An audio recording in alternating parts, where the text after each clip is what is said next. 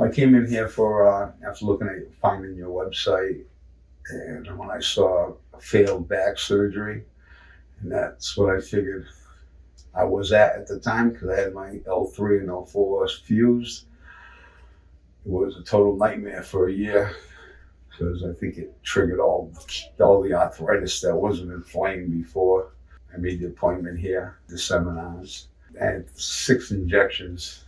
They extracted bone marrow in my hip. The same afternoon, they injected them back in after they spun them and did their thing to them. Walking even like a quarter mile was very it was good. But now I can power walk. In fact, I got here at 1 o'clock today. He took me in at 1 o'clock, so that's good in my book.